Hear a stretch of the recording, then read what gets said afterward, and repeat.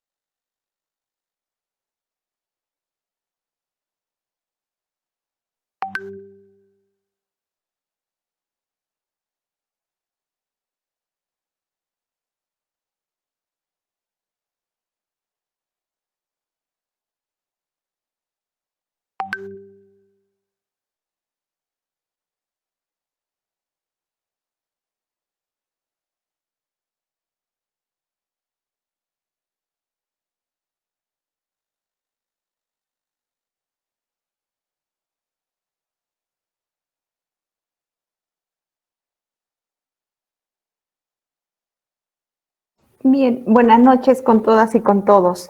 Bien, somos 22, ya saben que la asistencia es obligatoria y tienen derecho también a tomarse algún día por cuestiones de lo que fuera, o sea, hay un mínimo de asistencias, ¿vale? Eso no pierdan de vista, pero de todas maneras son mayores, ¿no? Son niños.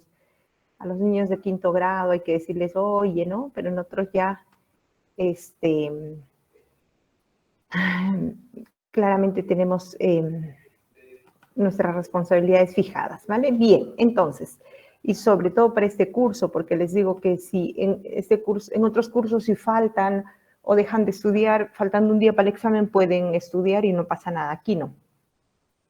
Aquí, si un día dejan de preparar la tesis, van a ver que 5 años vuelven y todavía no se ha avanzado nada. Entonces, cada día es un trabajo de cada día, aprendizaje de cada día, ¿vale? Bien, entonces, lo que tenemos preparado el día de hoy es lo siguiente. Recuerden que entramos ya a una fase en la que hemos ido leyendo con tranquilidad, hemos ido viendo con tranquilidad, y la tarea es esta, ¿no?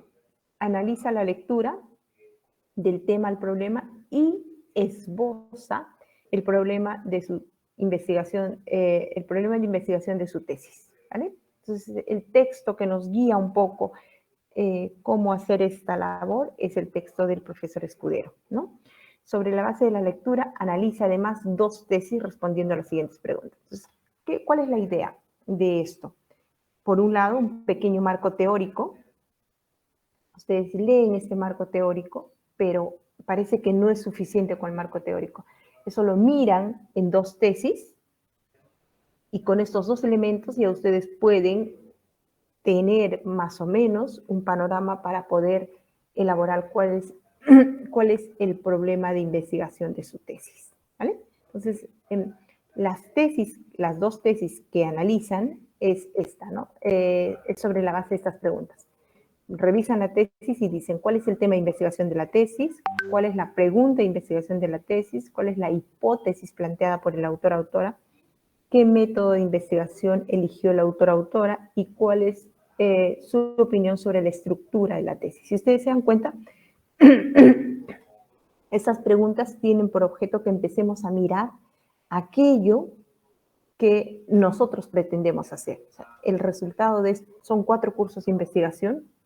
El resultado de esos 4 cursos y de toda la maestría es, por supuesto, formarse, adquirir conocimientos, marco teórico, etcétera, pero fundamentalmente la idea es que hagan tesis, ¿no? Entonces, estas preguntas guían un poco cómo revisar las tesis, ¿no? Entonces, tienen, repito, un pequeño marco teórico, no solo el de Escudero y García, también tienen el de Ramos, ¿no? El libro de Ramos que su compañera les ha pasado, y sobre todo tienen ya tesis, o sea, es parte teórica, parte práctica, y con eso ya esbozan ustedes lo que será su problema. Algunas tesis que yo les he dejado ahí, algunas, un poco para que vean cómo se van trabajando las tesis, ¿vale? Entonces, algunas, no es que esas van a hacerlas, ¿no? O sea, la idea es que ustedes elijan y eso será un buen punto.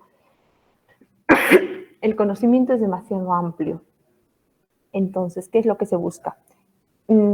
Humildemente especializarse, y cualquier tarea que les dejen cualquier profesor tiene que estar, tiene que alimentar vuestra tesis. Por tanto, si yo trabajo, yo qué sé, pues si estoy trabajando control de convencionalidad, todo tiene que llevarme a control de convencionalidad, tengo que elegir otros temas porque ya les digo, no hay tiempo, no tenemos tiempo, entonces tenemos que intentar hacernos especialistas en el tema concreto que estamos investigando. Por tanto, evidentemente hoy día las tesis que han elegido no puede ser de otra materia. Sería una locura que haya elegido, se le haya ocurrido a alguien elegir 2 tesis que sean de otras materias y no de lo que está investigando, ¿no? Entonces, eso es básico, ¿vale? Entonces, el trabajo es individual y vamos a hacer en 2 grupos. Hoy día, un primer grupo hasta donde alcancemos, ¿no? No hay problema, hasta donde alcancemos, y a la otra semana seguimos. Yo que les sugiero que aprovechen el tiempo y escuchen. Si ustedes se van a dar cuenta, hay un estándar que exijo. Y el estándar que exijo es súper fácil, tan sencillo que si yo estoy evaluando la pregunta de Deiser, Esdras tendría que enterarse. Si Esdras no es capaz de entender a Deiser, es que está mal, pues. O sea, si no vemos la tesis, tenemos que ver, esta es mi pregunta, esta es mi hipótesis, y esto quiero buscar, ¿vale? El día miércoles hemos tenido la reunión con sus compañeros y compañeras, y ha sido ha sido la delegada, la delegada puede ser experta de la evaluación. Ella ha sido testigo como hay una compañera vuestra que ha estudiado el tema. que sabe el tema y que literalmente hemos visto la tesis. O sea, uno dice, perfecto, se deja guiar, tú preguntas, pero hay un compañero suyo que un poquito más que quería que yo le haga el trabajo. Ya, entonces, ¿cómo hago? ¿No? O sea, dices, imposible aquí, no, ¿no?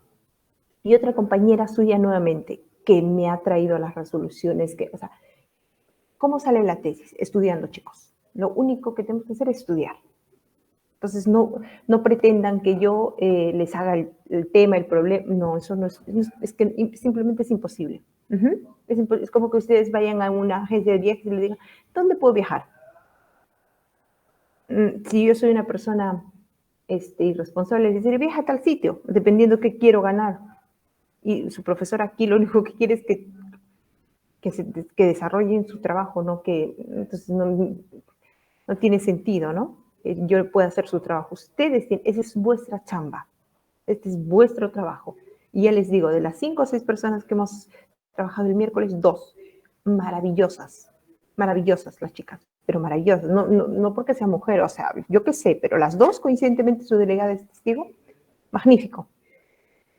Con capacidad de investigación, trabajo y beta investigadora. ¿Qué es beta investigadora? Que cuando le preguntas, pues contesta y vamos escarbando, escarbando, escarbando y llegamos, ¿no? Eso, ¿vale? ¿Qué otra cosa? Cuidado. Otra cosa que yo he advertido de un chico también. Es que como usted me ha dicho que haga esto, yo he hecho esto. No, eso es, Escudero se moriría de risa, diría, eso es, vale, les digo, ahora terminamos la clase, va al 10º piso y se tira. O va al banco y me da todo su dinero. Mentira, pues, no va a ser, la gente hace lo que quiere y además no eres niño. Uno tiene que tomar, por eso, ¿qué les digo? Haga esto, no les digo, cuidado, no me hagan caso. Cuando les critico, ¿qué les digo? Tú no me hagas caso, haz lo que quieras, pero ten en cuenta, cuando yo digo esto, no es para que, no, la profesora dice esto, no son títeres, pues, sino dices, yo voy a trabajar los argumentos para rebatir lo que me dice esta señora, o, a ver, me ha dado luces para esclarecer, o no me di cuenta, claro, yo pensé, pero no es que, como usted me ha dicho, y he cambiado de tema. O sea, eso no es, ¿no? O sea, a nadie yo digo que cambie de tema, a nadie le digo que investigue una cosa, nada. Yo solo miro y digo, a ver, ¿usted qué está investigando? Está investigando. Bien. ¿Y cuál es su pregunta? ¿Y cuál es la hipótesis? ¿Y dónde va a investigar? ¿Cuál es la estructura? Esas son las únicas preguntas que hago para ver si hay tesis o no. ¿No? O sea, son las únicas preguntas que hago. Si me dicen, el ejemplo más claro creo puede ser el derecho a una vida libre de violencia y Ministerio Fiscal y Ministerio Público. Digo, venga, va, eso será el enunciado, pero bajemos, ¿qué hay? ¿Dónde? No hay tesis, pues, no hay tesis. ¿Dónde? Yo repito, en los vigilantes del Ministerio Público, en los informáticos del Ministerio Público, en equipo forense del Ministerio Público, ¿en qué? O sea, lo que quiero saber es, señores, ¿dónde va a hacer usted su investigación? Y eso ha tenido que ya usted hablar con su primer capítulo de Escudero. Interés, posibilidades, capacidad, posibilidad y capacidad, posibilidad y capacidad. Entonces no puede ser que ahorita estemos con que Ministerio Público, y para la tesis tenemos que tener un marco teórico, porque cuando pregunto se escarba y no hay marco teórico. Dices, capacidad no hay, ¿no? Pero esa evaluación la han tenido que hacer ustedes. Si ahorita a mí me dicen, tiene usted que hacer una investigación sobre la producción de una tesis sobre la producción de las paltas, y estoy perdidísima. Diría, deme un año para que yo estudie primero marketing o agricultura, es que es imposible, o sea, no lo voy a hacer bien. Y además no me gusta. Con lo cual, no hay ni interés, ni capacidades y probablemente ni posibilidad. En cambio, dígame ahorita, evalúe usted esta resolución, y encantadísima, venga ya, empiezo, qué bien. Evalúe usted la filosofía política de los jueces de del colegiado tal en el Tribunal Constitucional. Digo, venga, aquí bailo, ¿no? Porque me interesa, porque, ¿no? Entonces, es como dictar una clase. A mí me dicen, dicte usted esta clase, me lo preparo, me ilusiono, aprendo con cada pregunta. Pero si me dicen yo que se dicte usted derecho bancario, ay, no, ya diría, pues, porque me pagan, ¿no? Venga, va. Pero, ay, no habría otra cosita por ahí para enseñar, es que esto no. Entonces, por eso es el interés. Se supone que ustedes han elegido y que se emocionan, les gusta, no es una carga vuestra tesis. O sea, por eso, Escudero nos da como los elementos para que sea, o sea, a nadie que yo le pida una cosa, podría decir, ay, no, ay, o sea, entonces, porque me encanta, ¿no? O sea, me encanta. Pide usted más, señora, que yo aquí encantado me lo leo para mañana. ¿Qué otro libro? Deme otro librito, deme una cosa y la otra, ¿vale? Entonces, es importante tener en cuenta esos elementos, ¿vale? A su compañera que le he dicho de control de a su compañera que Eiska, que le he comentado, ahorita voy a ver. ¿Dónde he puesto? A ver, ay, ¿dónde he puesto ahora? Ya, creo que he puesto en Amaja. Hay una compañera vuestra que va a trabajar, argumentación, teoría de la motivación de las resoluciones judiciales, ¿vale? Entonces, el libro aquí está, ¿vale? Este libro, este libro para quien va a trabajar teoría de la argumentación jurídica, motivación de las resoluciones judiciales. Ay, no, eso no es, ya. Les puede servir mucho este material, ¿vale? Ya, se supone que está abierto. Ya, a ver. Ya, argumentación. Entonces se lo paso porque me ha encantado esa chica cómo ha estudiado. Lo único que necesitan para esto es estudiar. Si no les gusta, por eso en España hay dos tipos de tesis, dos tipos de maestrías. Unas maestrías de investigación y otras maestrías profesionales. Las maestrías de investigación conducen a doctorado, porque a ti te gusta estudiar, te gusta leer, te gusta teorizar, te gusta que sabes recibir los cuestionamientos y no te pones testarudo, o sea, elementos claros para la investigación. Y usted se gradúa con una tesis.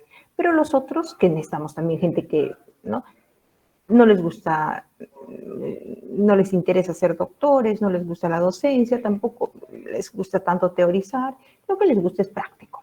Entonces se gradúan con un informe de cómo funciona la Defensoría del Pueblo, cómo funciona el Consejo de Estado, cómo funciona, que es válido, que está bien, pero a mí no me interesa, por ejemplo, eso. A mí no me interesa cómo funciona la técnica, sino volar, sobrevolar y diseñar, ¿no? Teorizar al respecto. Entonces, aquí debería de haber lo mismo, porque hay gente que de verdad quieren hacer una tesis sin haber leído un libro. Bien complicado. No hay que leer un libro, hay que leer muchos libros. ¿No? Cada vez que lees, pues te emocionas, te encanta, ¿no? No es una carga. Entonces, habría que cambiar esas modalidades, habría que aprender de otros países eso. No obligar a todos para que saquen una maestría, porque lo que sucede es que no sacan la tesis, ¿no? Eso, ya. Entonces, para su compañera es esto: interpretación y argumentación jurídica, Gascón Avellán, Marina y Alfonso García Figueroa, ¿vale? Entonces, este libro es básico. Aquí creo que la Escuela Judicial de El Salvador, me parece, pero en todo sitio lo han publicado, ¿vale? Entonces, ¿por qué me interesa mucho? Porque su compañera, he visto interés en ella, en que efectivamente quiere estudiar. Y eso que quiere estudiar es que me ha traído las resoluciones, me ha traído resolución de primera instancia, segunda instancia, o sea, creo que se ha esforzado, todos marcaditos, todo, ¿vale? Vale, entonces, esto va a ser muy importante. Una primera aproximación a la teoría de la argumentación jurídica. O sea, esto tiene que estudiarse todo para evaluar esa resolución su compañera, todo. Pero esto lo mínimo, esto es 0.00001, ¿no? Tienes que estudiar muchísimas cosas más para darle cuerpo a su tesis, muchas cosas más, muchas. Y después de eso, ubicar la sentencia y decir qué parte de ya tiene intuición, incongruencia. Solo incongruencia no, hay más elementos. ¿Vale? Entonces, esta texto básico le puede servir, ¿vale? La teoría de la argumentación, la actividad judicial, problemas interpretativos, la motivación, conceptos fundamentales, qué tipo de justificación interna, justificación externa, argumentos de interpretación, cuestión de principios, todo esto, todos estos elementos, todo, absolutamente todo este libro tendría que sentarse el lunes, no sé qué hace, pero de 4 de la mañana, 7 de la mañana, de 10 de la... Toda la próxima semana este libro tendría que estar aquí, así. Con eso va a mirar la sentencia y será otra mirada. Y luego ya otro libro y otro libro y otro libro y otro libro y otro libro y otro libro y otro libro y ahí va a trabajar esas 3 o 4 sentencias que ha ubicado, ¿vale? Entonces, no sé si se lo mandó a su compañera, pero ahora se lo mando a su delegada para que comparta con todos o si ya no se lo he mandado, porque creo que también otro salón me lo pidieron, ¿vale? Entonces, ese es el marco teórico de su compañera.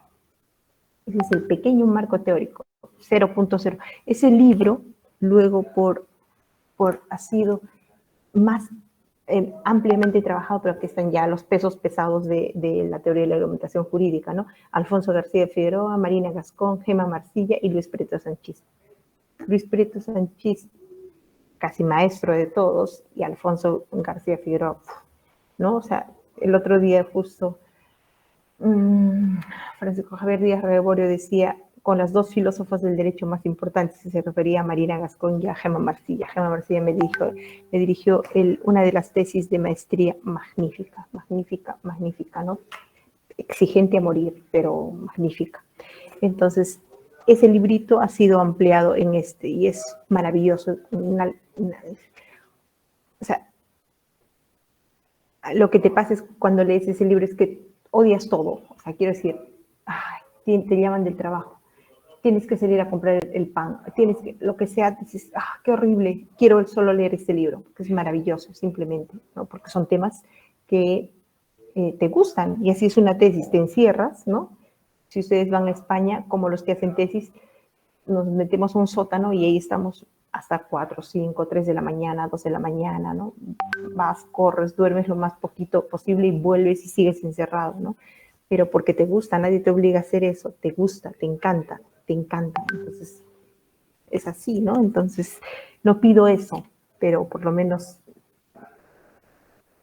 que lo que dicen que van a hacer esté demostrado, como sus 2 compañeras han demostrado el día miércoles. Las 2 apenas hemos escarbado, tienen interés en trabajar. Hay falta muchísimo marco teórico, pero ya, las resoluciones por lo menos las tienen, ya está, ubicadas, ¿no? Entonces, y han demostrado trabajo. Este curso, por eso, puede ser así, 0, como para el 90% de personas que lo es, en el sentido que no hay tesis, o puede ser tan básico que les ayude realmente a empezar a trabajar, a elaborar en aquello que ustedes quieren, ¿vale? Entonces, para el análisis, yo voy a empezar a presentar, porque a lo mejor no soy capaz de transmitir cuando les digo dónde va usted a analizar. A veces no me entiende, ¿no? Es lógico, a lo mejor la única que se entiende soy yo. Vale, pues para que traduzcan dónde. Cuando digo dónde y llamo a ISCA es eso.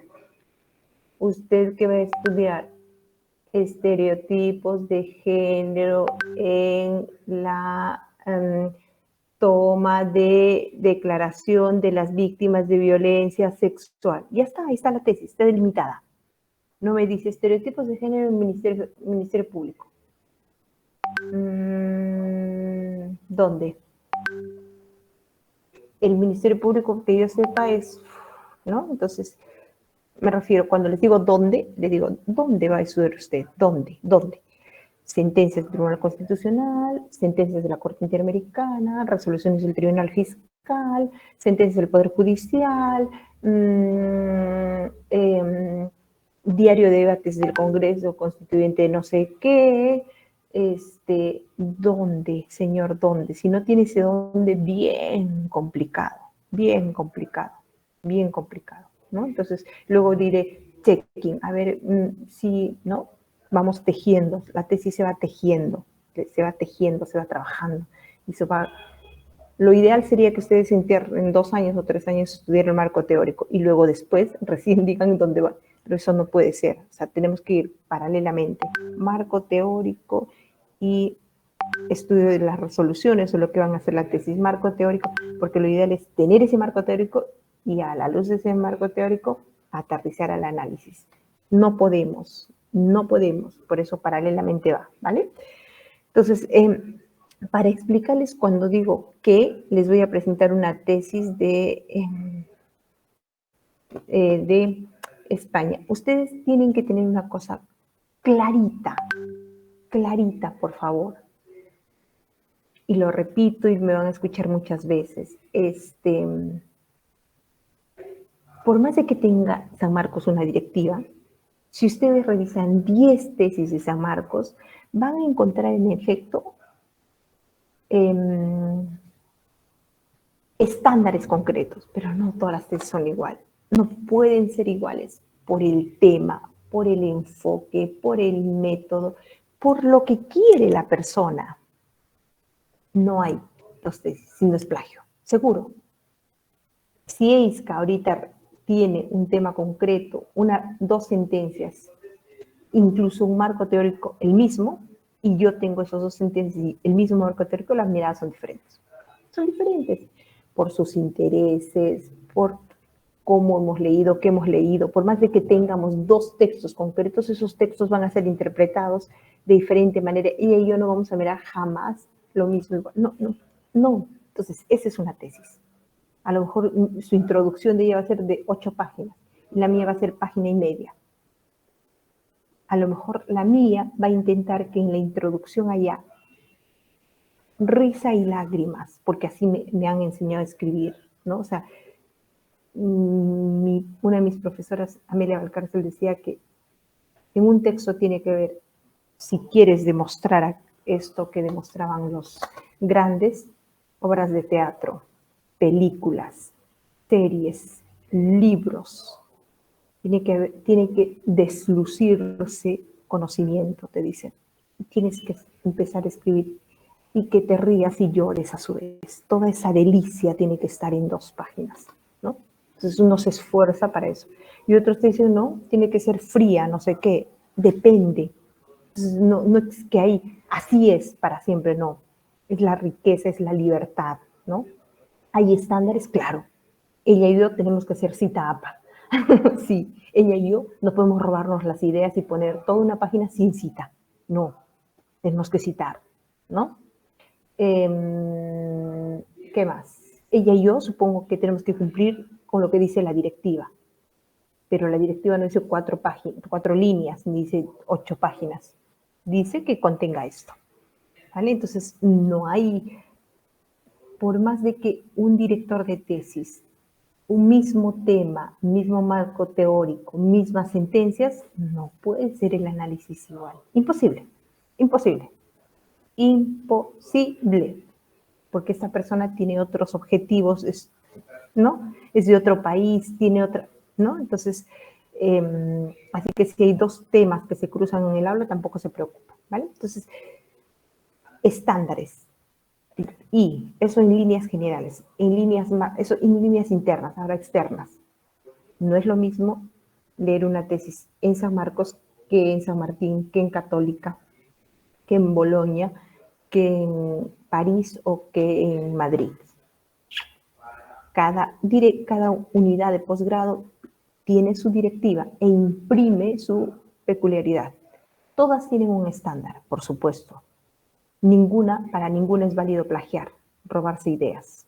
Para ninguna es no referenciar, para ninguna es no tener una pregunta, hipótesis, y objetivos y estructura. No, todas tienen que tener estos estándares, pero a su vez todas tienen un lineamiento concreto que seguir. ¿Vale? Esos elementos, tener en cuenta esos elementos para poder trabajar, ¿vale? Con esas atingencias yo presento ahora una tesis que me parece interesante. Claro, eso siempre es subjetivo, ¿no? O sea, que me parece interesante a mí, ¿no? O sea, pero a lo mejor a ustedes, nada, ¿ya? Pero creo que nos puede...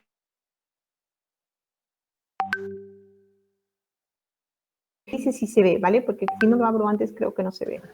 ¿Se ve? Sí, se ve en la página donde la está descargando, creo.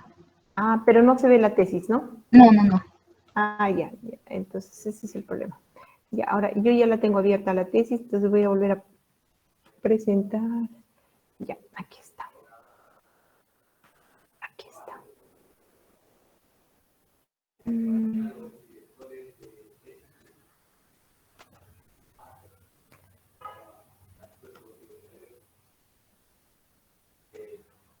Extraño, ya, aquí está abierta.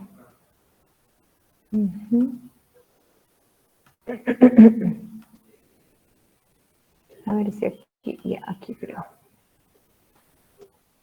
Ya, aquí sí. Entonces, este es de Carlos III, por tanto, no nos tiene que ayudar más o menos en los estándares generales, pero no vamos a hacer una tesis como en este centro, ¿no? Y además es de Bartolomé Las Casas. Es diferente que fuera en el otro instituto. De instituto a instituto cambian las directivas, ¿vale?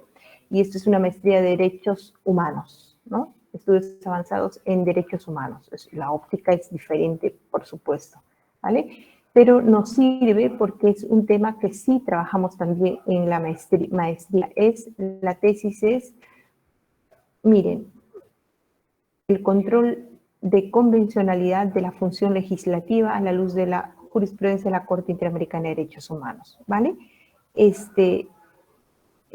Hay varios trabajos que hacen referencia solo al control de convencionalidad como una doctrina creada por la Corte Interamericana de Derechos Humanos. Y esa ya podría ser un trabajo, pero ahora creo que ese tipo de trabajo ya no importa porque está demasiado trabajado, demasiado, ¿no? También hay trabajos que analizan el control de convencionalidad ejercido por los jueces de los estados parte. En Perú hay muy pocas tesis al respecto, falta mucho trabajar, pero bueno, ese es pero hay cero trabajos de análisis respecto del control de convencionalidad de la función legislativa. Eso hay cero en Perú, ¿no? Entonces, el enfoque es novedoso, por lo menos e importante, ¿no? Entonces,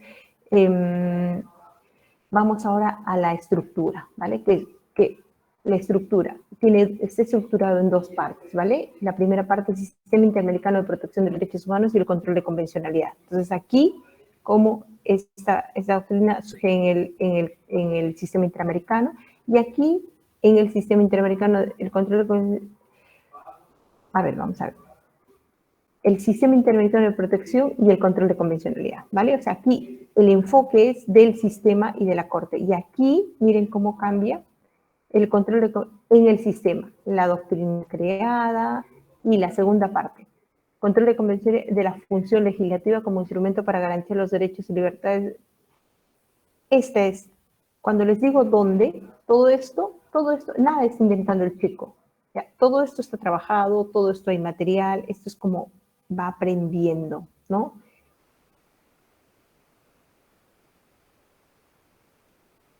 Y este es el aporte de el control de convencionalidad de la función legislativa, análisis y perspectiva a partir del caso chileno.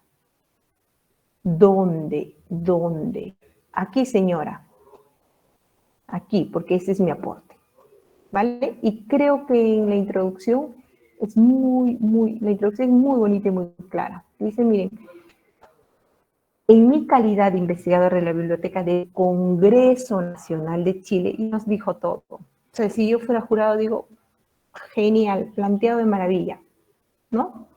No trabaja en SUNAT y está haciendo una tesis ¿no? O sea, dices, la idea ya la tiene, o sea, está situado. Eso fluye, ¿no? Fluye. En mi calidad de investigador de la Biblioteca del Congreso Nacional de Chile, Servicio Común de la Cámara de Diputados y Diputadas y del Senado de la República, situadísimo. Me corresponde apoyar el trabajo parlamentario. Miren cómo está justificando. con la finalidad de fortalecer mi preparación profesional para un mejor desempeño de mis funciones, me trasladé en septiembre a Madrid a estudiar con la certeza de que los conocimientos adquiridos me permitirían una nueva perspectiva sobre los temas que me corresponden abordar en el ejercicio de mis funciones. Este párrafo también, si tuviera oportunidad de darle beca para doctorado, se la doy al chico. Claro, más claro el agua. Situado, me convence desde el inicio que lo que va a hacer, ¿no? La realización del trabajo titulado, magnífico además, miren, la realización del trabajo titulado La influencia de las sentencias de la Corte Interamericana en el desarrollo de reflexiones a partir del caso chileno, para la asignatura Sistema Internacional de Protección, me motivó a realizar el TFM, trabajo de fin de máster, sobre el tema de control de convencionalidad a partir de las reflexiones sobre la ausencia o incorporación fragmentaria por parte de los legisladores y legisladoras en sus proyectos de ley de las referencias expresas sobre el alcance de sus iniciativas legales en materia de derechos humanos y vinculación con las obligaciones internacionales del Estado. El control de convencionalidad es concebido como una institución propia del sistema interamericano. Y aquí todo lo que sabemos. Esto lo sabemos todos. A partir de Almonacid Arellano versus Chile, la Corte Interamericana desarrolla progresivamente los elementos que constituyen el control. Eso lo sabemos. ¿Está inventando? Nada. Eso no está inventando. Lo sabemos. La evolución del control de convencionalidad tampoco. Eso está todo. Pero tiene que citar. Tiene que citar. ¿Vale? Miren cómo dice, la evolución del control de convencionalidad se vincula en un primer momento a los pronunciamientos de la Corte Interamericana sobre algunas de las más graves deficiencias de las autoridades nacionales en materia de protección de los derechos humanos en Latinoamérica y al alcance luego en la protección de los derechos humanos reconocidos en la Convención Americana de Derechos Humanos que son vulnerados por los estados en los contextos democráticos, donde se sitúan, por ejemplo, el fallo Hellman versus Uruguay, que se pronuncia expresamente sobre los límites de la función legislativa y el reciente fallo en el caso Azul Rojas versus Perú, ¿no? Azul Rojas Marín versus Perú, que analiza el derecho a la igualdad y no discriminación de las personas trans. En este TFM se ubica precisamente en esta etapa de evolución jurisprudencial con un anclaje en la primera jurisprudencia, pero con enfoque en la que permitirá la más amplia protección de los derechos en los regímenes democráticos. O sea, no va a analizar todo el control de convenciones, sino su óptica, su mirada, las gafas son precisamente esto, función legislativa, y ubica las dos sentencias. Entendido como una obligación de los estados parte de la convención, el control de convencionalidad implica pensar, interpretar y hacer funcionar todo el derecho interno de conformidad con las pautas del Pacto de San José, Costa Rica, y la jurisprudencia de la Corte Interamericana de Derechos Humanos, cuyas atribuciones jurisdiccionales asignadas por el pacto se explayan en 4 vertientes. Yo explayan no pondría, por ejemplo, contenciosa, preventiva, etc. Ahora, ya presentado todo lo que, nada de lo que ha puesto anteriormente es invento. Todo es fruto de haber leído, y leído bien, organizado, ¿vale? El presente trabajo tiene por objeto analizar el control de convencionalidad de la creación de la ley. No es de la aplicación del ejercicio del control de convencionalidad, no, sino de la creación de la ley, etapa que la doctrina suele omitir y parte de la hipótesis que es vinculante para el legislativo y el ejecutivo como colegislador el ejecutivo en el ejercicio de la función legislativa, según se desprende del párrafo 123 del fallo Almonacid Arellano, que establece el control represivo o constructivo de convencionalidad de responsabilidad de los jueces y que opera cuando el legislativo falla en su función, es decir, modificar, suprimir, derogar o crear leyes, y que las habilita para aplicarlas e interpretarlas. La importancia del tema radica en la posibilidad de evitar que por vía legislativa se vulneren los derechos y las libertades reconocidos por la Convención Americana de Derechos Humanos y el Corpus Juris Interamericano, soslayando además la responsabilidad internacional del Estado. Asimismo, contribuye a fortalecer el cumplimiento de las obligaciones generales de respeto, garantía y adecuación normativa establecidas en los artículos 1.1 y 2 de la Convención, asumidas por el Estado al ratificarla, las que deben ser cumplidas de buena fe y sin que se pueda invocar la propia legislación para no cumplir. Siendo así, la pregunta central que buscaré responder en esta investigación es la siguiente. ¿Es factible realizar un control de convencionalidad de carácter vinculante en la etapa de formación de la ley con independencia del control que deban realizar otros órganos? Para lograr el objetivo, qué bonito escriben además, es que así te exigen, pues ahí te dan durísimo, ¿no? Para lograr el objetivo planteado, utilizo como metodología un análisis descriptivo de la jurisprudencia de la Corte Interamericana sobre el control de convencionalidad, para determinar su concepto, características y efectos, de manera de ofrecer un panorama completo de la institución y entender cuál es su objetivo y por qué se configura de una determinada forma. Este análisis teórico y práctico se apoya en la doctrina para explicar el alcance y el contenido de la jurisprudencia de la Corte sobre la materia, poniendo énfasis en aquellas opiniones que configuran la obligación del legislador de ejercer el control de convencionalidad en la función legislativa, sin descartar aquellos análisis críticos sobre el control en estudio. Este análisis se completa con un estudio normativo que comprende a la Convención Americana y otros tratados del Sistema Interamericano de Derechos Humanos y las normas de derecho interno chileno, particularmente las disposiciones constitucionales. Este estudio más analítico coloco mi atención en este estudio, tendría que decir, coloco mi atención en el desarrollo práctico de los elementos teóricos en la perspectiva desarrollada en el presente trabajo de fin de máster, sin obviar cuestiones complejas, por ejemplo, la relación del control de convencionalidad con el control de constitucionalidad. El presente trabajo se estructura en dos partes compuestas de 2 capítulos cada una de ellas. Así es, ¿no? Así nos obligan. No es que el primer capítulo, 8 puntos, segundo capítulo, 4, el tercer capítulo, 1, ¿no? Así es aquí. Uy, lo que fuera. Ya, el presente trabajo se estructura en 2 partes compuestas de 2 capítulos cada una de ellas. La primera parte, titulada El Sistema Interamericano de Protección de Derechos Humanos y el Control de Convencionalidad, estudia los antecedentes generales del sistema interamericano y del control de convencionalidad. Se compone de 2 capítulos. En el primero, analizo el sistema interamericano en cuanto a su origen, concepto, sus órganos de protección, sus resoluciones y la fuerza vinculante para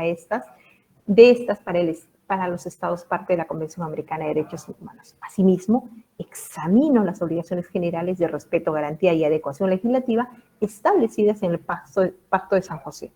En el capítulo 2 me ocupo del origen, evolución y conceptos del control de convencionalidad en la jurisprudencia de la Corte Interamericana y las visiones críticas sobre la doctrina. En esta primera parte, como se observa, busco ofrecer un panorama del sistema interamericano en el cual se desarrolla la doctrina del control de convencionalidad, lo que es necesario para entender por qué los estados deben cumplir con las obligaciones convencionales y determinar de qué forma las resoluciones de la Corte Interamericana son vinculantes para los estados parte de la Convención Americana. Sentadas las premisas sobre las cuales se estructura el control de convencionalidad por parte de la Corte, paso al análisis específico por parte de aquellos actores que el jurista argentino Néstor Pedro Sáuez denomina legisferantes.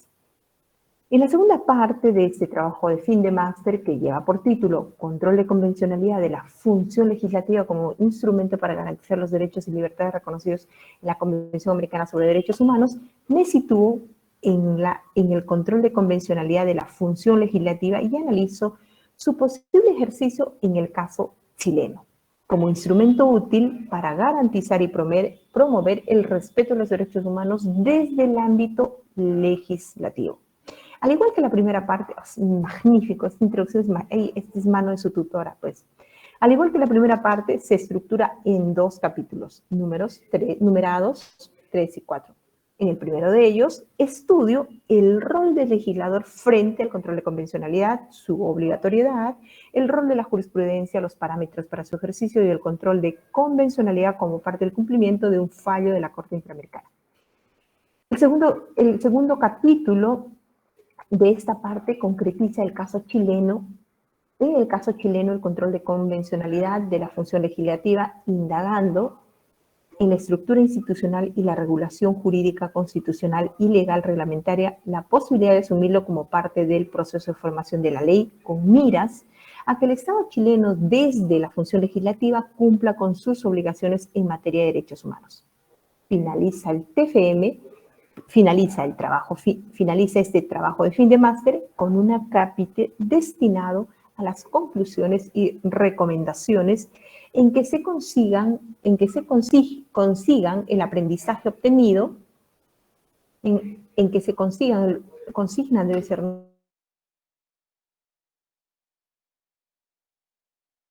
el desarrollo de esta investigación. Finalmente, quiero agradecer que no sé qué. Esta es la introducción, ¿vale? Entonces, vamos a ver. Ustedes leen esa introducción y es perfecta, tiene coherencia. ¿Cómo nos obligan a hacer la tesis? Que todo que tenga ritmo, desde el inicio hasta el final. Y así es. El objetivo del presente trabajo es, para lograr ese objetivo, la tesis se estructura en dos partes. La primera, 2 capítulos. La segunda, 2 capítulos. Y como Gemma Marcilla me decía que cierre. Decía, el trabajo de fin de máster cierra con la preceptiva, es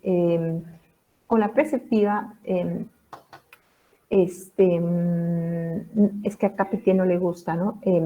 Con el preceptivo acápite de las conclusiones y las recomendaciones.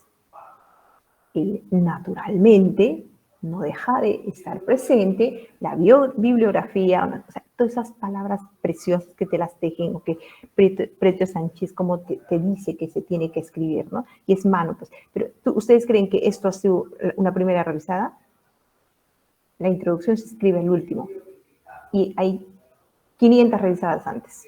Y nadie se enoja, y nadie le dice, ay, es que, profesora, es que tú me dijiste esto. No, así no es, ¿no? O sea, de verdad, cuando yo les digo, cuando mis 10 paginitas llegaron a la mano de mi director, no llegó, no terminó, o sea, no quedó ni la A. Todo era tal. Todo era así con rojo. Del mundo mundial te pone. ¿Y esto de dónde te has inspirado? ¿Del Espíritu Santo, del cielo? ¿Y esto qué? ¿Plagio? ¿Robo de ideas? ¿Esto qué? Porque dice, cada párrafo tiene que ser producto de mucho esfuerzo. Y cada párrafo tienes que citar de dónde has sacado esa idea. Cada párrafo. Entonces te enseñan a trabajar, ¿no? Vuelve a mirar, vuelve a mirar, vuelve a mirar, trae, vuelve a mirar. Entonces, pero si te gusta, maravilloso, ¿no? Maravilloso. La introducción es magnífica, es preciosa este chico. Ahora, otra cosa, hay introducciones de 2 páginas que también son magníficas. Magníficas, ¿no? Entonces, no hay un punto. No es que 10 páginas de introducción es lo mejor, ni 2 páginas. Depende del tema, de tu capacidad de escribir, ¿no? ¿Qué te dicen para escribir una tesis? Te dicen, lee Quijote, lea usted Quijote, lea usted a Vargas Llosa, lea usted 4 novelas de Vargas Llosa para que aprenda la riqueza de cómo manejar, ¿no? Entonces, para escribir la tesis ya sabe usted leer, ya sabe usted investigar, ya sabe usted muchas cosas. No estoy pidiéndoles eso, pero por lo menos que las resoluciones que van a estudiar ya las tengamos ubicadas, ya estemos trabajando, ¿vale? Entonces, no hay un modelo, no hay un modelo, eso será en el Estado, se fuma, no se fuma, ¿no? Sí estándares y criterios, lineamientos establecidos por cada unidad. Entonces nosotros no tenemos que mirar esa se las pongo por la riqueza, por la delicia como escribe la persona, ¿no? Como desde el inicio hasta el cierre nos convence de que es una buena tesis. Y no hay que agradezco a Dios, a mi mamá, no, o sea, también eso, ¿no? a nosotros nos piden un parrafito de agradecimientos, pero muy humilde, muy humilde. Agradezco, ¿no? Pero,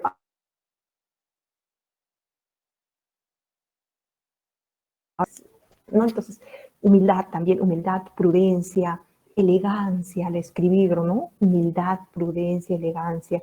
Hagamos que la unidad de posgrado de San Marcos sea uno respetuosa, o sea, que si dediques a tu papito, a tu mamita, de volver de tu perrito, si es una tesis mala, humildemente, ¿no? ¿no? Entonces hay que ir despacio, con calma, para que salga un trabajo pulcro, un trabajo riguroso, un trabajo del que luego nos podamos sentir nunca. Siempre nos dan vergüenza nuestras tesis, ¿no? O sea, ¿por qué? No conozco una persona que haya leído la tesis y dicho, ya, este es el culmen. Nadie. Porque conforme vas estudiando, después de 3 años, dices, Dios mío, quiten eso, qué barbaridad he escrito. No aporto nada. Por favor, quiten de mi vista eso. ¿Por qué? Porque te das cuenta, ¿no? Siempre decimos nosotros, ¿te acuerdas qué estupidez hemos escrito la primera vez? ¿No? Es eso, ¿no? Porque vas adentro. Y pensar que yo creía que estaba escribiendo la pólvora y lo único que estaba mostrando es mi ignorancia. Por eso cuando alguien me dice, no hay nada sobre esta tesis, digo, ay, no. ¿No? Entonces es eso, ¿no? Pero tiene que gustarnos, tiene que gustarnos. Por eso, interés, posibilidades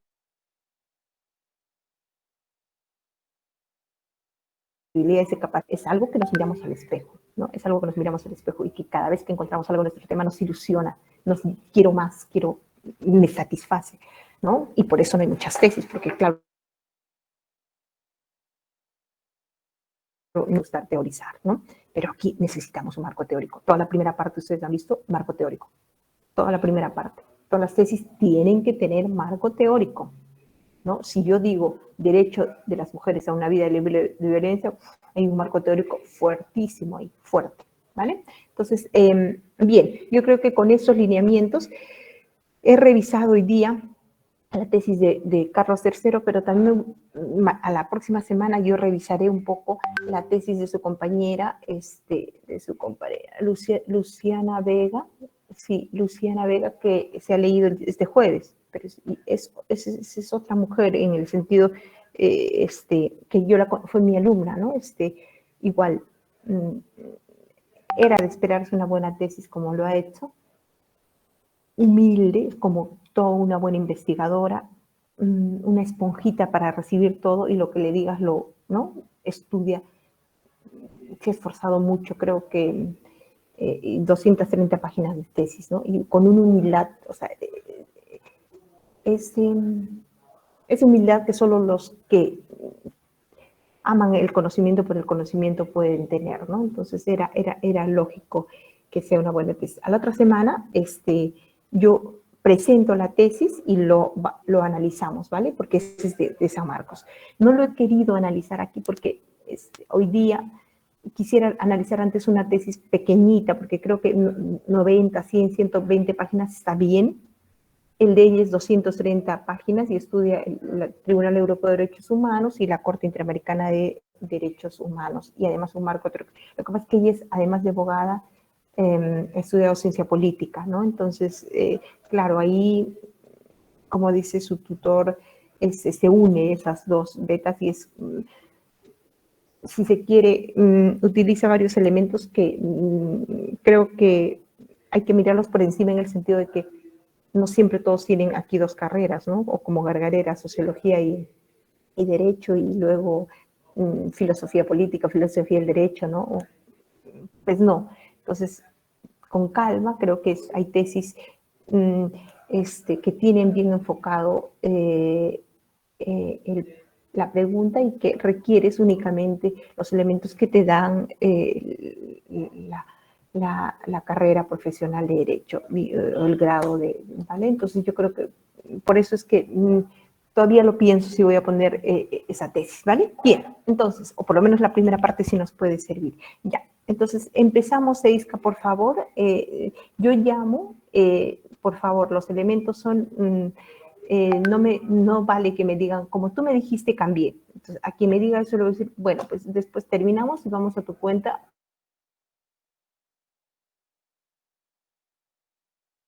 mira, me vas a firmar un cheque y vamos a regalar todo tu dinero a los pobres, o un préstamo, ¿no?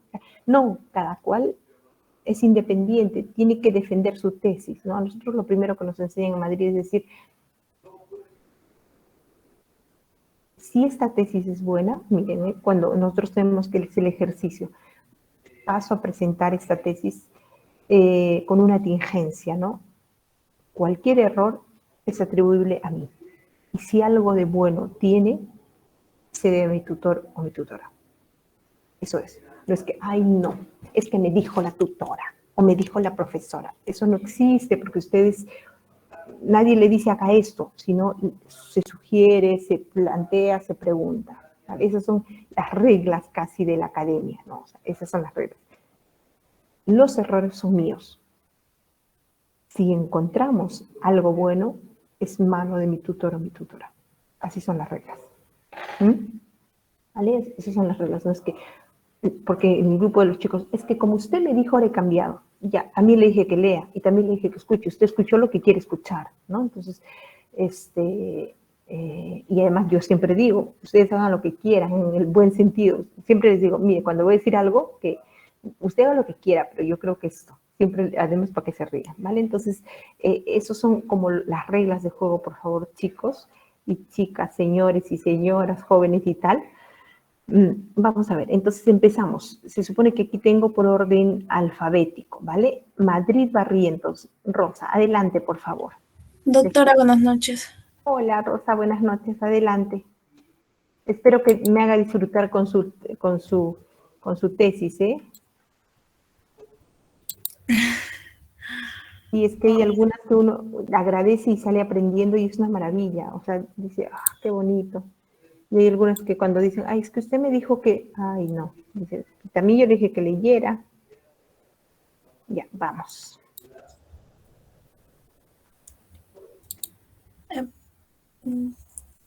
¿Se puede apreciar mis diapositivas? Eiska, ayúdele, por Y favor. solamente se ve la parte de tus carpetas. Ah, mis carpetas. Sí, de repente si dejas de compartir y vuelves a compartir de nuevo. A ver.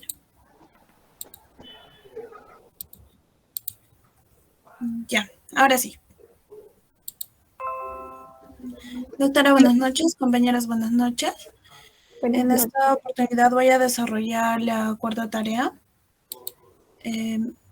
Voy a presentar mi tema. Mi tema es sobre la inconstitucionalidad en los efectos de la aplicación del decreto legislativo número 1487, la cual establece el régimen de aplazamiento y fraccionamiento de las deudas tributarias administradas por la SUNAT. El problema que desarrollo para el desarrollo de esta tesis es el desistimiento de los procesos o procedimientos administrativos